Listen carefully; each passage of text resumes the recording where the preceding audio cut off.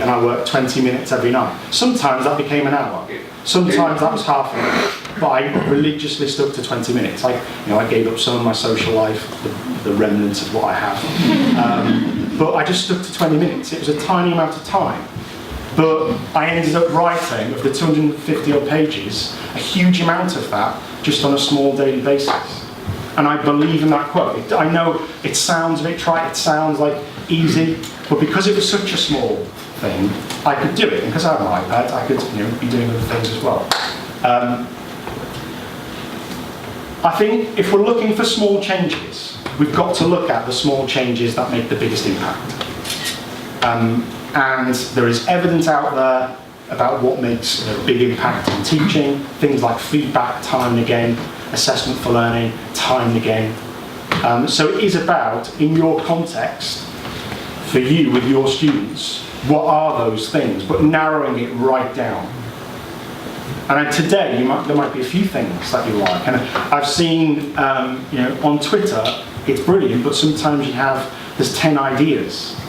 And you can never, really embed habits for 10 different things in any given year. Maybe in any given 2 or 3 years.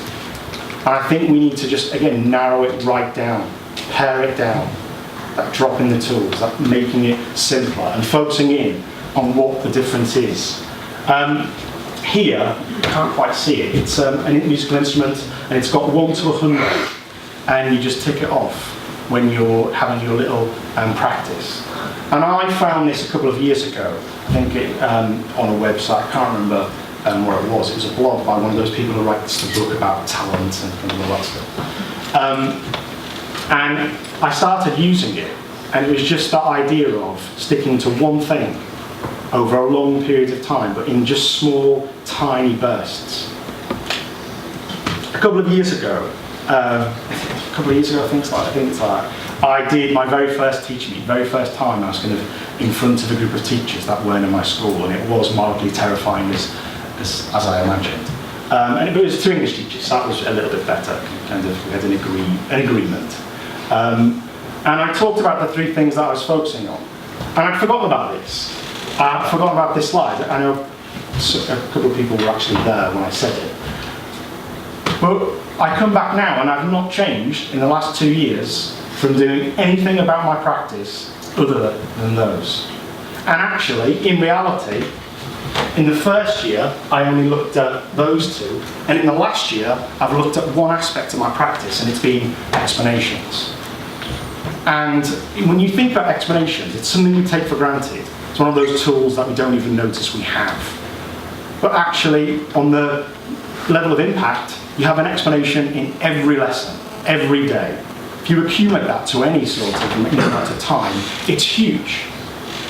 If it's 10 minutes every lesson, every day, for students and for yourself as an area of your practice, that's got massive impact.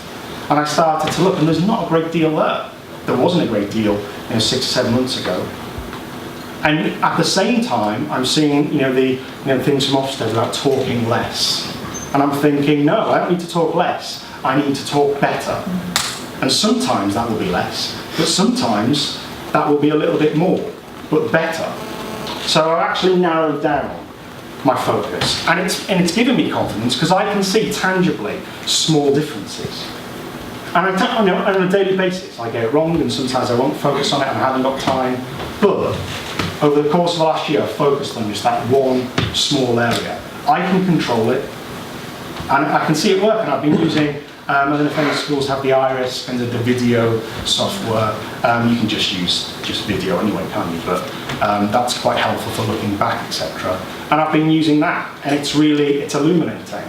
After the first time you watch it, when you get over the hump of hearing yourself, seeing yourself, it's not good.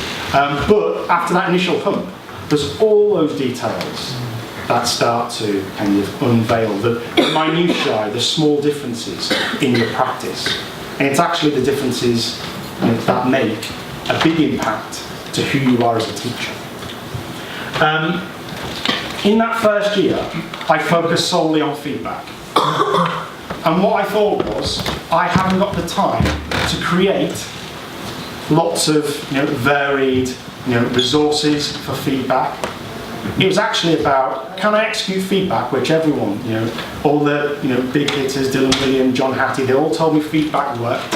I looked at a lot of that evidence, and I started to work out, well, I actually need to do feedback better, but I've got no more time to do any more feedback. I actually need to reduce it.